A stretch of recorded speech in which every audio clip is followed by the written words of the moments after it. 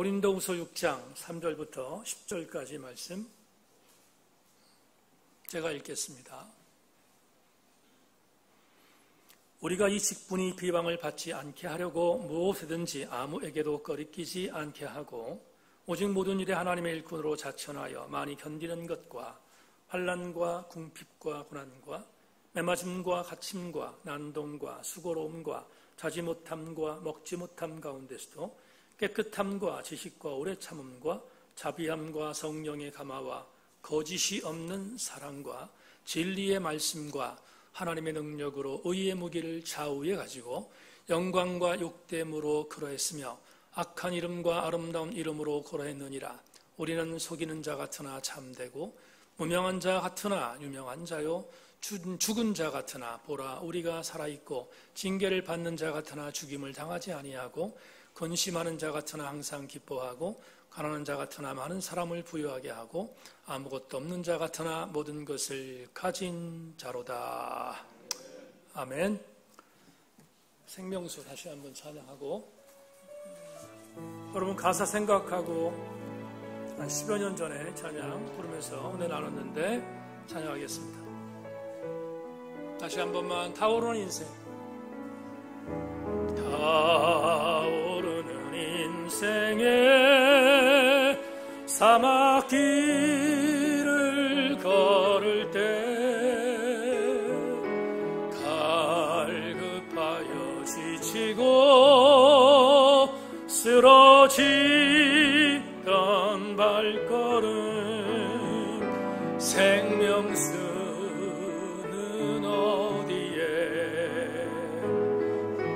날까 어디에 애태우던 발걸음 생명샘을 찾았네. 사막길이 끝없어 쓰러지고 말 때에 그 누군가 다가와 생명수 주시네. 인자하신 그 모습 나의 구 예수님 두 팔 벌려 나 안고 참 평안을 주시네. 인생길이 험하나 하지 마세요. 생명이신 예수님 그 안에서 살면서 목마르지 아니한 생명수를 마시며 영원토록 샘솟는 소망으로 살아요. 저 천국이 내 가슴 설레이 하네요. 광채나는 주 영광 끝없이 핀 꽃무리 유리바다 황금길 12 진주문들과 주님 계신 저 천국 내가 가고 저 천국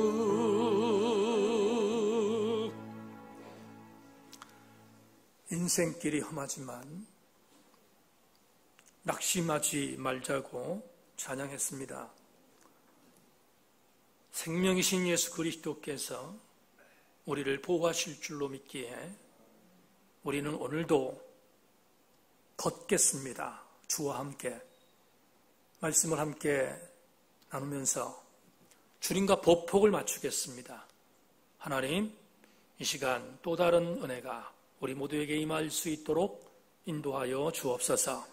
한 명도 무감각하게 돌아가지 말게 하시고 은혜 가운데 승리하고 돌아가게 하여 주옵소서. 예수 그리스도 이름으로 기도 올리옵나이다. 아멘. 현재 진행령입니까? 이런 제목을 갖고 말씀의 은혜를 나누겠습니다. 우리 교회에서 사용하는 기독교적인 용어 중에 흔히 잘 사용하는 단어 하나가 간증이라는 단어입니다. 간증이라는 단어는 은혜를 받은 것에 대한 그 증거들을 혼자 갖고 있지 않고 타인과 함께 나누기 위하여 증언하는 일을 간증이라고 말합니다. 제 주변에 간증을 듣고 예수를 믿게 되었다고 은혜를 받았다고 말하는 사람들이 상당히 많습니다. 그런 걸 보면 간증이 얼마나 위력적인 그리스도인들의 삶의 한 방법인지를 충분히 동의할 수 있을 것 같습니다. 그러나 반면 이렇게 은혜로운 간증을 듣고 있노라면 아주 위험스러운 일들을 볼 때도 있습니다. 이름만 대면 누군지 잘 알 수 있는 어떤 분이 간증 집회를 한다고 해서 오래전 참석한 적이 있습니다. 그리고 그 집회에 참석해서 대단히 큰 은혜를 받았습니다. 어느 정도 은혜를 받았는가 하면 그 간증 집회에 강사로 나온 그분의 간증을 듣다가 부럽기까지 했으니까 얼마나 많은 은혜를 받았는지 모릅니다. 그 간증 집회에 참석해서 많은 은혜를 받고 돌아온 기억이 지금도 생생합니다. 그렇게 시간이 흘러서 몇 년이 지났습니다. 진해 성결교회 담임 목회를 할 때 진해에 그분이 내려온다는 이야기를 듣고 받았던 은혜가 다시 그리워져서 받은 은혜를 다시 한번 다지기 위하여 그 간증 집회에 참석한 적이 있습니다. 그날 몇 년 전에 참석하여 은혜를 받았던 그 간증 집회에 참석한 이유는 그분이 시간이 흐른 몇 년 뒤 어떻게 살고 있는가가 궁금해졌고 그것도 들으면 은혜가 될 것이라고 믿었기에 참석한 것입니다. 결론적으로 말하면 그날 두 번째 참석한 그분의 간증 집회는 대단히 유감스러웠습니다. 그리고 아팠습니다. 이유가 뭔가 하면 몇 년 전에 들었던 그분의 간증은 온데간데 없이 사라지고 또 다른 살과 뼈가 붙어서 간증을 드라마틱하게 각색했고 그리고 그 각색을 통하여 본인의 간증이 대단한 간증으로 변질되었던 것을 보았기 때문입니다. 그분은 몇 년 전에 받은 바 은혜를 간증하는 간증자였지만 몇 년이 지난 뒤 그분은 간증꾼으로 변질되어 있었습니다.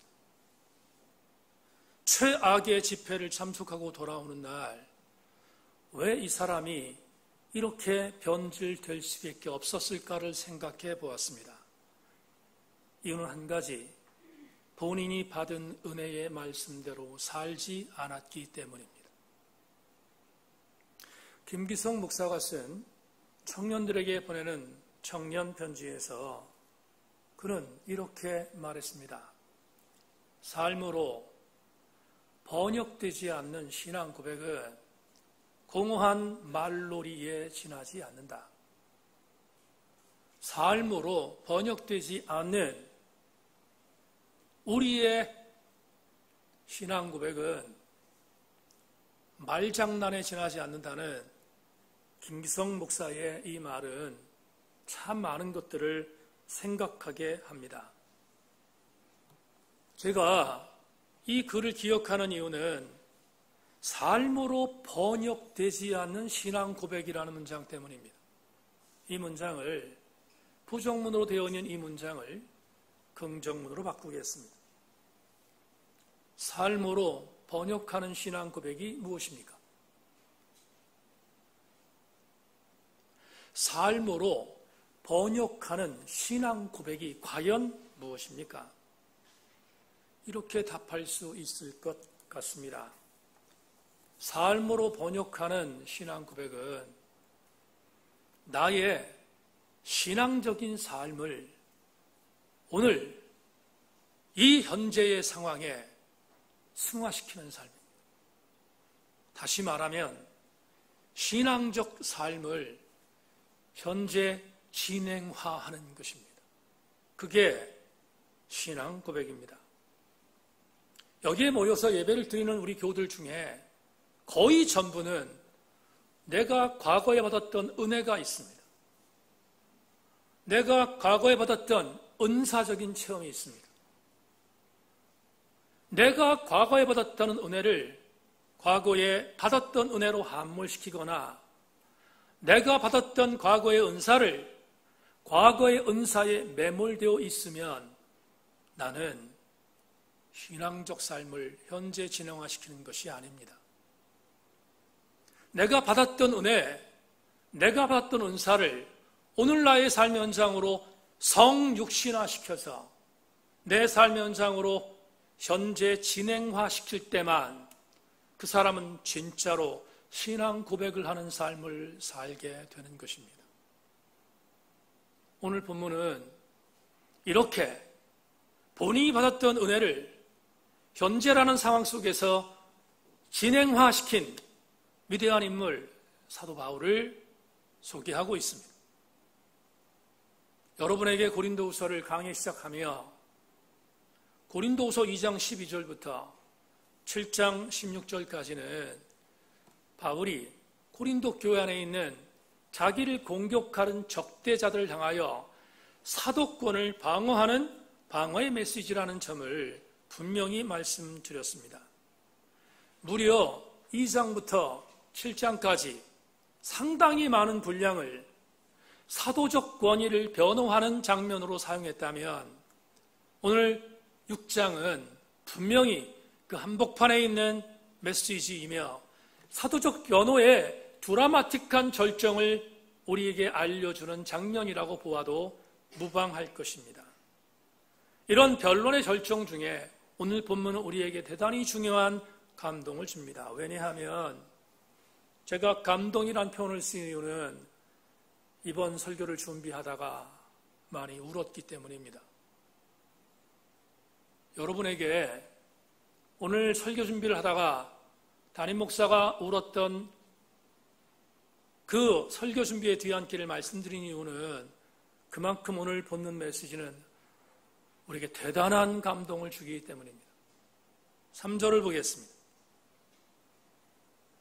우리가 이 직분이 비방을 받지 않게 하려고 무엇에든지 아무에게도 꺼리끼지 않게 하고, 다시 한번 읽겠습니다. 우리가 이 직분이 비방을 받지 않게 하려고 무엇에든지 아무에게도 꺼리끼지 않게 하고. 무슨 말입니까? 바울은 자기를 공격하고 있는 적대자들을 향해서 이렇게 말합니다. 오늘의 언어로 바꾸겠습니다. 고린도 교회 나를 공격하는 형제들아, 지금 너희들은 나와 디모데를 공격하고 있다. 나와 디모데를 비방하고 있다. 그런데 나와 디모데는 너희들에게 비방을 당할 만한 일을 한 적이 없다. 그러므로 우리 두 사람은 사역을 감당함에 있어서 정정당당하다. 그게 3절입니다. 오늘 본문 3절을 오늘의 언어로 바꾼 것입니다. 이렇게 정정당당한 사역을 표명한 사도 바울은 하나님께서 직접 하명하신 사도권, 고린도 교회에 바울을 공격하는 자들이 추천수도 없는 사도가 무슨 사도인가를 말할 때 바울이 나는 추천서는 없지만 나는 너희들에게 비방당할 만한 일을 한 적이 없고 또 한 가지 내가 직접 사도로 하명받은 것은 하나님께서 직접 하명하신 것이므로 이 일들을 위하여 최선을 다하여 감당했음을 4절에서 말하고 있습니다. 4절에 정정당당한 사도 바울의 메시지를 여러분 들어보십시오. 4절 전반절입니다. 오직 모든 일에 하나님의 일꾼으로 자천하여 많이 견딘 것. 여기 자천이라는 단어를 설명하겠습니다. 다시 바울은 추천서가 없습니다. 누구에게 천거받은 일이 없습니다. 왜냐하면 하나님께서 직접 당신 아들 예수 그리스도를 통하여 직접 사도로 임명했고 하명받았기 때문에 추천서가 필요 없다는 것입니다. 그런데 그 표현을 바울은 스스로 나를 천거했다고 말합니다. 내가 사도로 부름받고 사도의 사명을 감당한 것은 타의에 의한 것이 아니라 내 스스로가 자원한 것임을 분명히 말한 것입니다. 그렇다면 바울이 이 정도로 내가 스스로 사도의 직을 감당했다면 자랑할 일들이 많아야 할 터인데 대단히 슬프게 설교 준비하다가 마음이 아렸던 한 단어를 발견했습니다. 바울은 하나님의 일꾼으로 사역을 감당하면서 기쁜 일이 많았는가? 그렇지 않습니다. 바울은 사도로 부름받고 나서 가마리엘 문화에 수학했던 천재 바울이 그리고 히브리인 중에 히브리인이므로 앞으로 율법주의의 대가가 될 수 있는 가능성이 있는 촉망했던 바울이 그의 모든 부귀와 영화를 다 버리고 율법을 배설물로 여긴 뒤 얻은 것이 무엇인가? 예수 그리스도를 택한 뒤에 그가 얻은 것이 무엇인가? 오늘 4절 하반절에 이렇게 말합니다. 많이 견뎠다. 여러분, 사도 바울이 사도가 되어 그가 경험했던 것이 뭡니까? 견딘 것, 그것이었습니다. 견뎠다는 말은 여러분 기쁨을 견뎠다는 표현 쓰지 않잖아요. 견딘 건 뭡니까? 아픈 것이나 힘든 것이나 고통을 당할 때 견뎠다는 말을 씁니다. 그런데 오늘 바울은 고린도 교회 적대자를 향하여 9가지의 고통을 견뎠다고 본문에서 제시합니다. 바울이 받았던 9가지가 뭔가? 오늘 4절 후반절부터 5절까지 이렇게 기록하고 있습니다. 환난과 궁핍과 고난과 애맞음과 갇힘과 난동과 수고로움과 자지 못함과 먹지 못함 가운데서도 9가지가 나왔습니다. 웨스트민스터 신학대학원의 조성민 교수를 지난주에 말씀드렸는데 그가 쓴 주석에 아주 친절하게 이 9가지를 이렇게 분류했습니다. 바울은 3가지의 고통이 있었다는 것입니다. 첫째, 정신적인 고통이 있었다. 이 정신적인 고통은 환난과 궁핍과 고난이었다. 둘째, 물리적인 폭력을 당했는데 그것은 매맞음과 갇힘과 난동이었다. 셋째, 육체적인 고통을 당했는데 수고로움과 자지 못함과 먹지 못함이었다고 정리했습니다.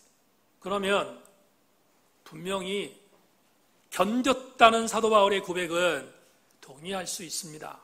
얼마나 힘들었을까? 얼마나 고통스러웠을까? 충분히 짐작할 수 있습니다.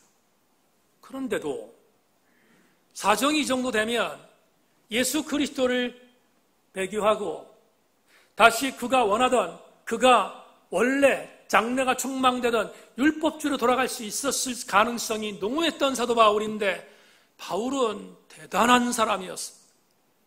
이렇게 엄청난 고통을 당했던 사도 바울은 포기하고 좌절한 게 아니라 또 다른 8가지를 가졌다고 오늘 본문이 제시합니다. 놀라운 반전을 들어보십시오.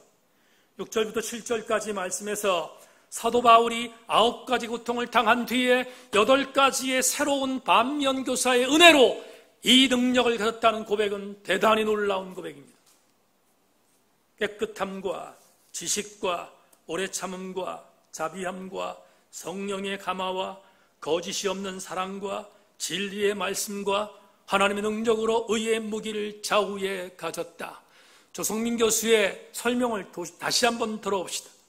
깨끗함, 순결을 의미하는 단어이며 하나님을 만나는 데 있어서 필요한 조건입니다. 둘째, 지식, 사도의 능력으로 가르치는 데 필요한 조건입니다. 셋째, 오래 참음, 그리스도인들에게 있어서 가장 기초적인 덕목이고, 넷째, 자비함, 하나님의 성품 중에 하나이며, 다섯째, 성령의 감화, 모든 덕목의 원천이자 사도직 수행의 필수 요소이고, 여섯째, 거짓 없는 사랑은 인간의 사랑이 아닌 하나님이 주시는 아가페의 사랑이며, 일곱 번째, 진리의 말씀은 복음을 의미하고, 여덟 번째, 의의 무기는 말할 것도 없이 하나님의 능력을 의미한다고 조성민 교수는 해석하고 있습니다. 사도 바울이 사도로서 경험해 했던 9가지 고통, 그러나 좌절하지 않고 8가지의 하나님이 주신 능력을 붙들었던 사도 바울, 그는 적대자들을 향하여 이렇게 본문을 마무리합니다. 여러분, 설교 준비하다가 가슴이 울컥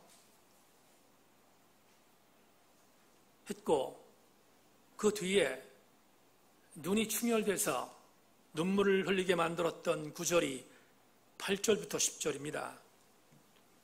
영광과 욕됨으로 그러했으며 악한 이름과 아름다운 이름으로 그러했느니라.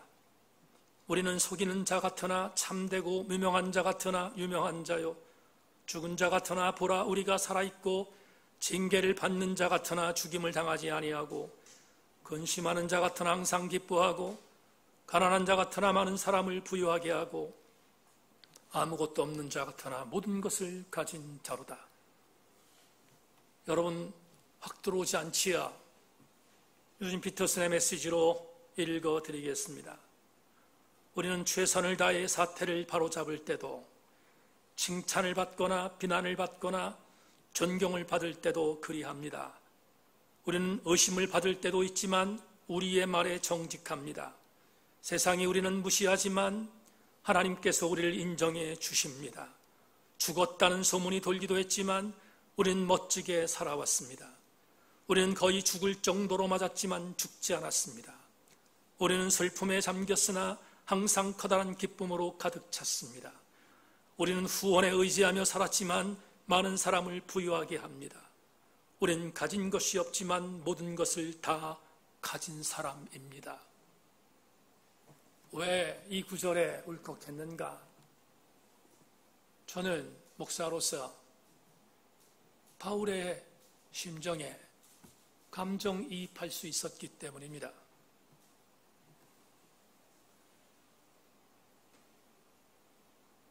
한국교회에 지방의 한 도시를 맡아 사역하는 지역교회 목사로서 지금 내 사랑하는 한국교회가 얼마나 슬픈 정황과 상황 속에 맞닥뜨려 있는지 저는 지금 절절하게 느끼고 있습니다. 그러기에 지금의 상황을 바라보며 목회를 시작한 지 32년이 되고 지난 60년 동안 살아오면서 한국교회가 이만큼 어려웠던 때가 있었을까를 생각해 보니 아무리 추적해도 지금처럼 어려운 때는 없었습니다. 그래서 목회하며 어떻게 해야 교회를 다시 세우고, 어떻게 해야 교회를 아름답게 하며, 어떻게 해야 성도들을 흔들리지 않도록 만들까에 대하여 치열하게 고민하고 있는 이때 8절부터 10절 말씀을 읽다가 가슴이 먹먹해졌습니다. 바울은 지금 제가 경험하는 이 고통보다 10배는 더했습니다.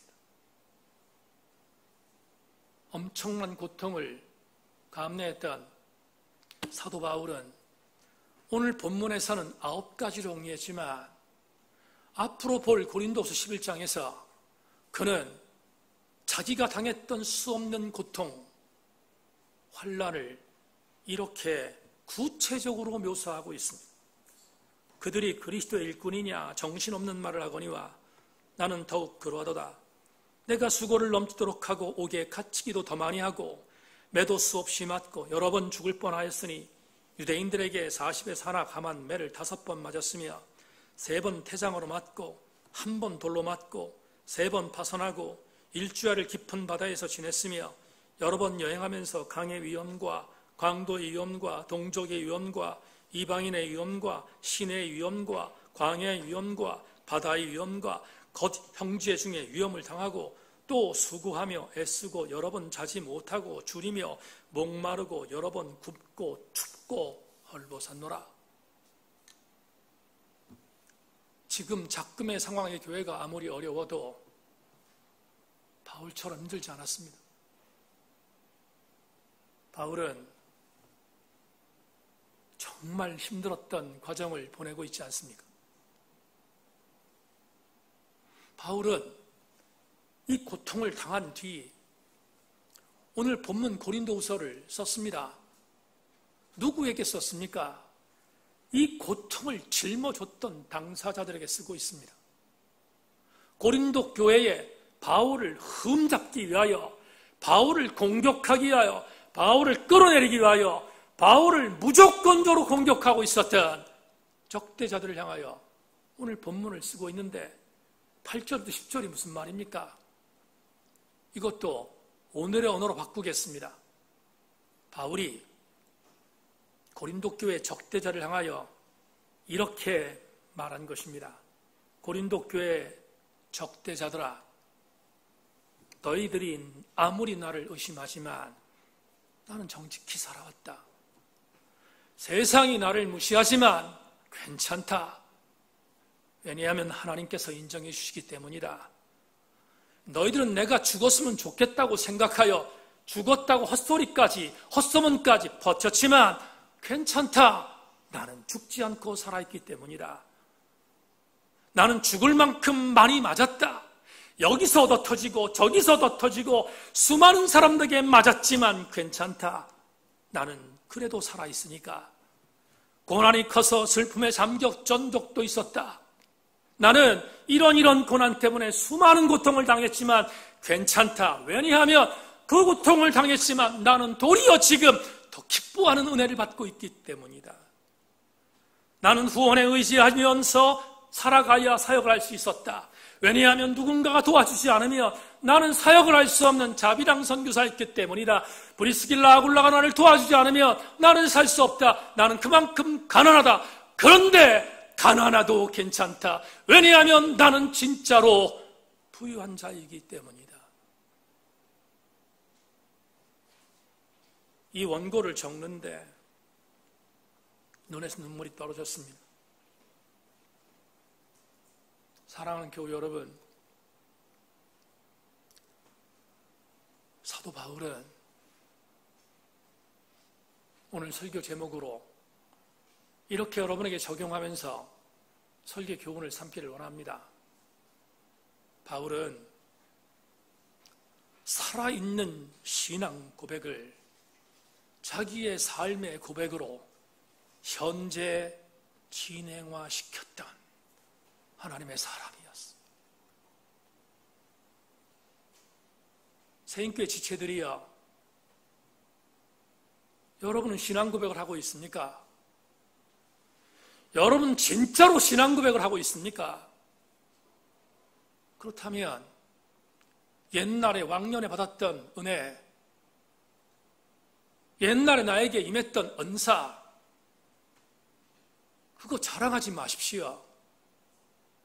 그 은혜와 은사를 오늘에 연결하지 않으면, 현재 진행화시키지 않으면 나는 신앙 고백을 하는 것이 아닙니다. 바울이 그랬던 것처럼 오늘의 레마를 이렇게 받겠습니다. 자막 보겠습니다.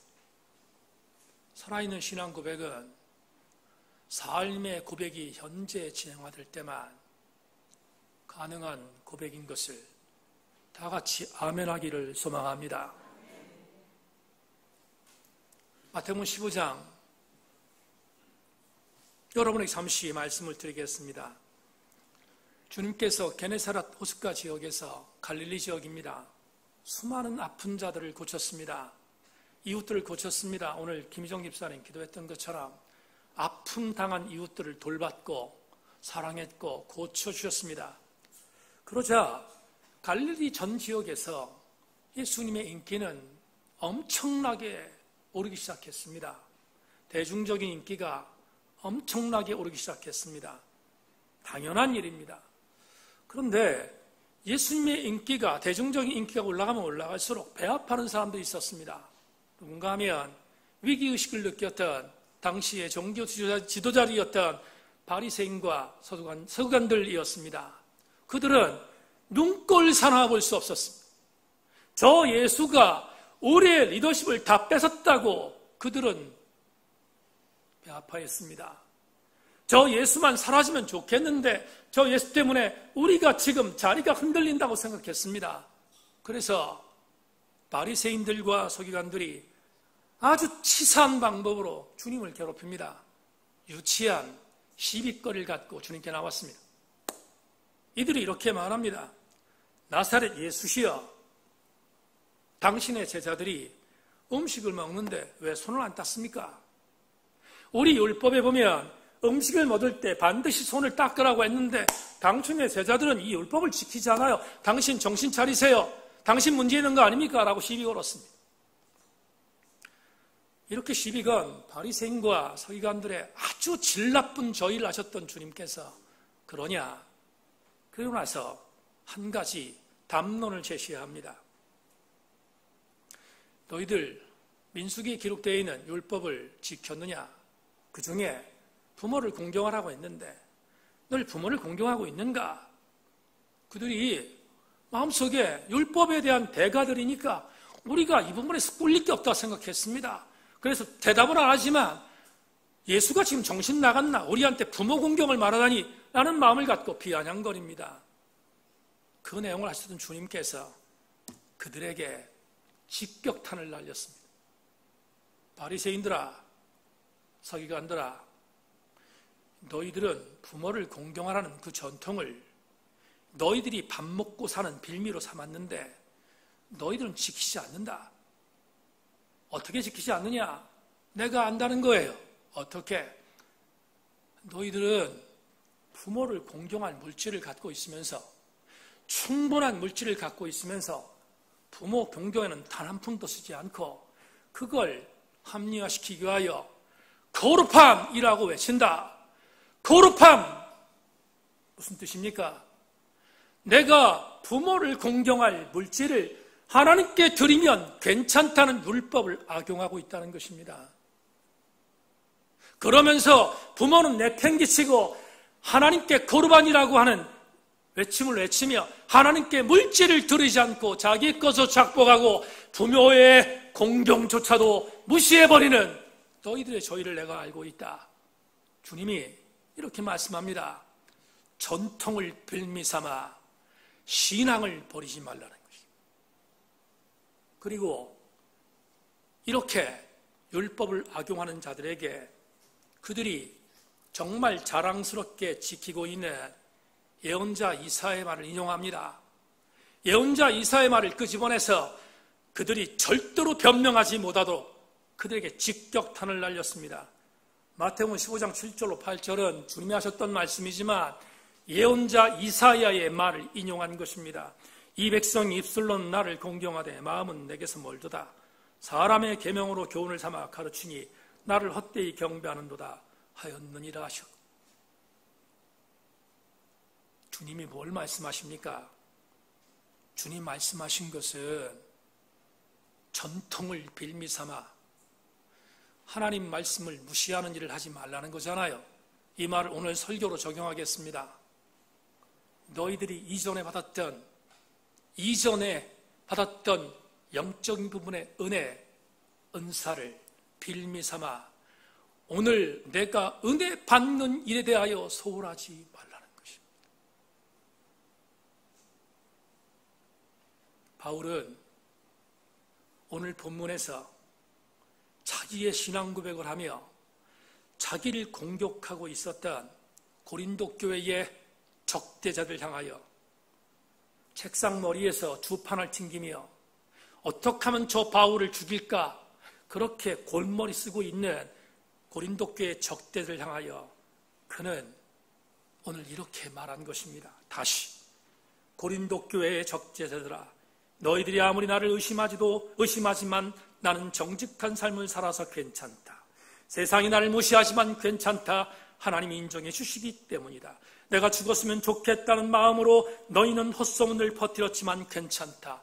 나는 멋지게 살아왔으니까, 나는 죽을 만큼 맞았지만 괜찮다. 죽지 않았으니까. 고난이 커서 슬픔에 잠겼던 적도 있지만 괜찮다. 도리어 예수 그리스도 때문에 항상 커다란 기쁨으로 가득 찬 삶을 살았으니까. 나는 후원에 의지하면서 산 가난한 사람이지만 괜찮다.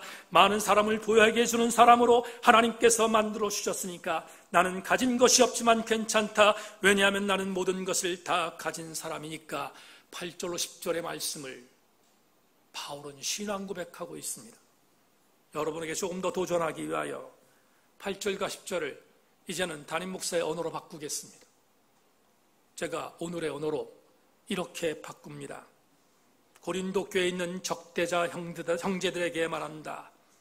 나는 사도의 권리에 대한 행정적인 근거와 정치적인 뒷배경에 대해서는 1%도 관심이 없다. 내가 너희에게 전하고 싶은 간절한 메시지는 이것이다. 형제들아, 나는 지금 나의 삶의 오늘의 현장에서 주님의 사람으로 살기 위해 몸부림치고 있다는 것을 분명히 선포한다. 그리고 그 몸부림은 어제만한 일이 아니고 오늘 나의 삶의 현장에서 현재 진행형으로 지속되고 있는 진정한 신앙 고백이라는 점도 말한다. 이 신앙 고백의 현장이 그 자체가 나에게는 절대적인 사도의 권위이다.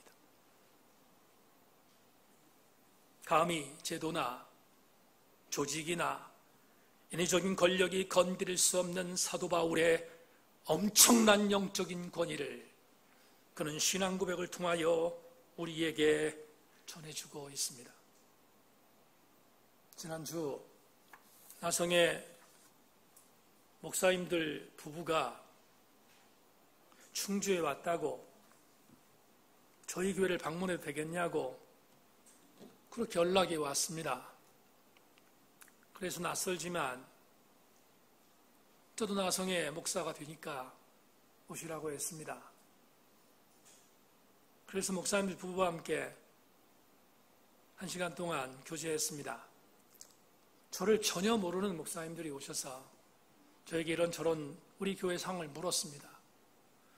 그리고 우리 교회에 와서 우리 교회를 보고 제천에 나성에 있는 교단이 하나 세워지게 돼서 너무 기쁘다는 이야기를 전해주고 목사님 교회가 나성이라고 하는 교단에 들어와서 목사님 교회에 위상이 있으니까 이런 일들에 대한 부분들을 잘 감당해 주기를 바라는 마음으로 저에게 이런저런 이야기들을 나누었습니다.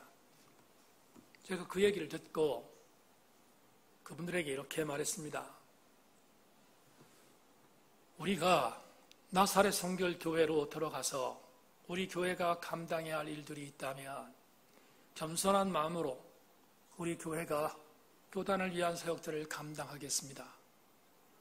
그런데 오늘 목사님들이 오셨으니까 한 가지를 좀 분명히 하겠습니다.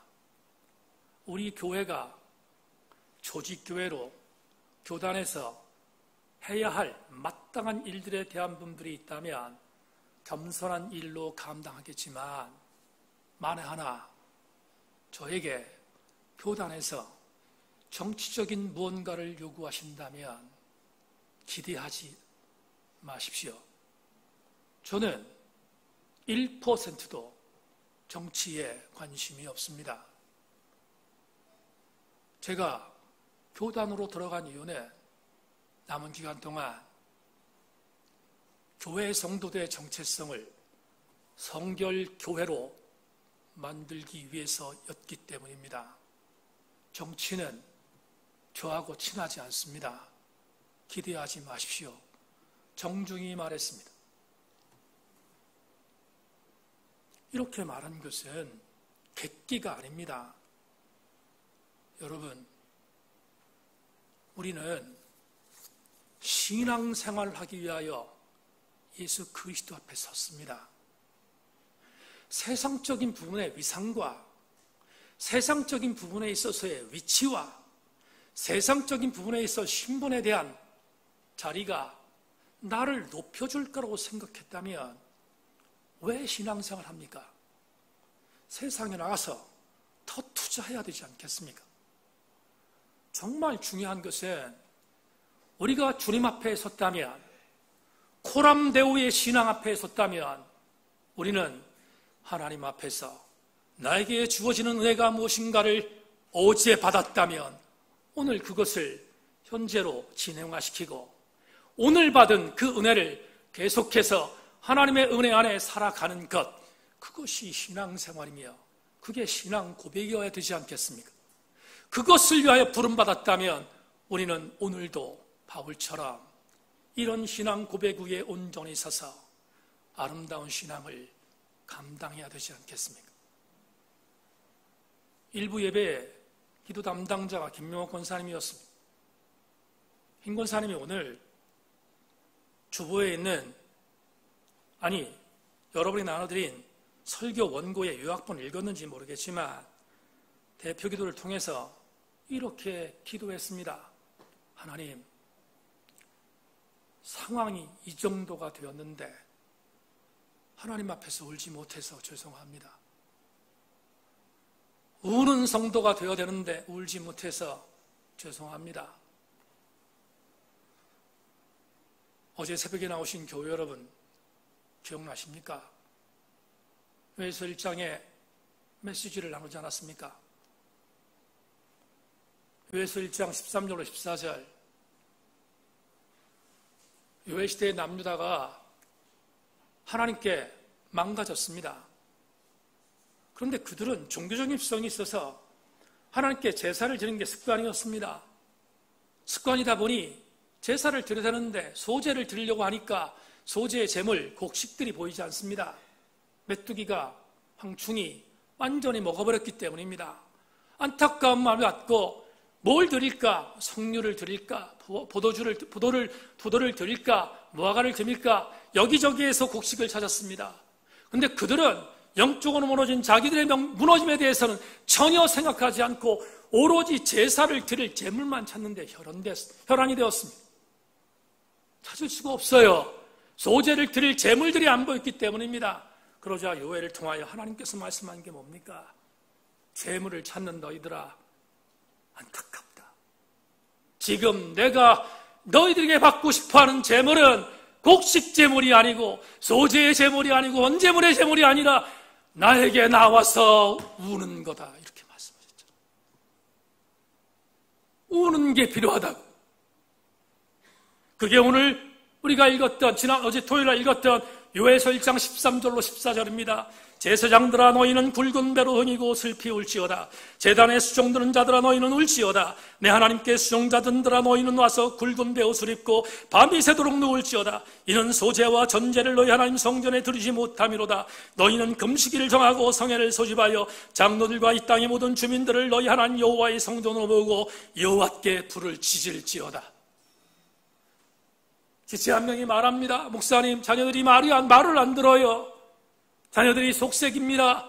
목사님, 가정이 이렇게 어렵습니다. 직장이 이렇게 어렵습니다. 이모저모 고통스럽습니다. 목사님, 기도해 주세요. 맞습니다. 기도하고 있습니다. 그런데 진짜 중요한 것은 그 안타까움을 갖고 교회에 나와서, 아니면 여러분의 현장에서 울고 있는가가 더 중요하지 않겠습니까?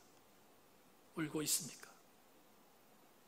신앙 고백은 이전에 받았던 은사가 이거야, 이 여름의 어떤 감동은 이것이야. 그것에 매몰되어 있는 것은 신앙이 아니에요. 신앙은 받은 바 은혜를, 받은 바 은사를 오늘 나의 삶의 현장에서 위기로 극복하는 데 사용하는 것이 신앙 고백인 것입니다. 말씀 맺겠습니다. 강영환 교수가 쓴 글을 읽는 것이라는 책이 있습니다. 강 교수가 유학 시절에 유명한 선교자이자 학자인 레슬리 누비긴을 만났습니다. 이 레슬리 누비긴은 위대한 선교사이면서 선교신학자입니다.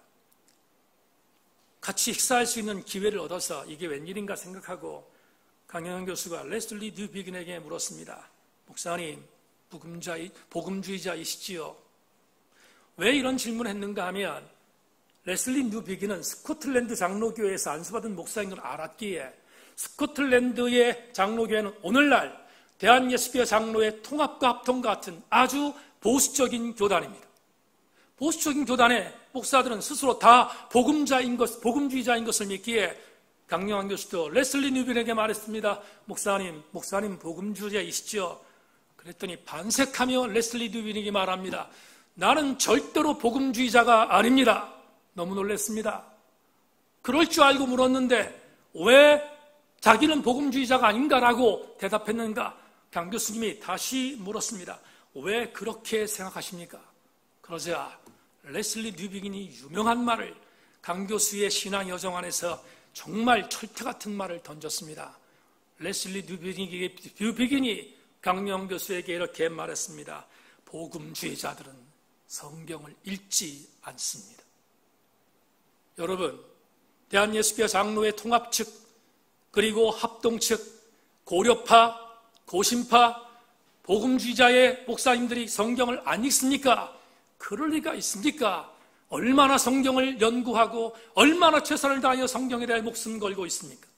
복음주의자들은 성경을 읽지 않는 게 아니라 너무 많이 읽어요. 근데 강 교수는 레슬리 뉴비긴의 말을 이해했습니다. 어떻게?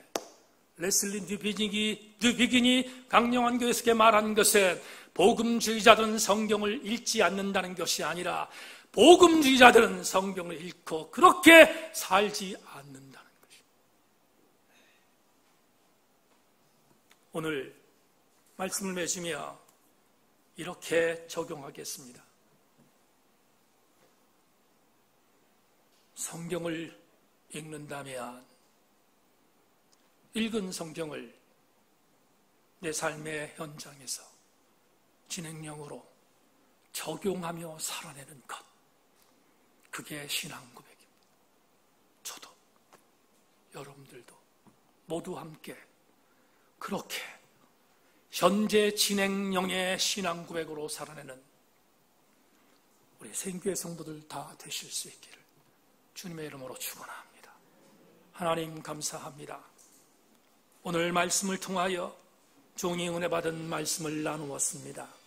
존귀하신 주님, 우리 모두 함께 바울처럼 정정당당하게 받은 바 은혜를 과거에 함몰시키지 말고 오늘 내 삶의 현장에서 현재 진행령으로 적용하게 하여 주옵소서. 이 은혜 안에 있는 우리 성도들 되기를 소망하며 예수 그리스도의 이름으로 기도 올리옵나이다.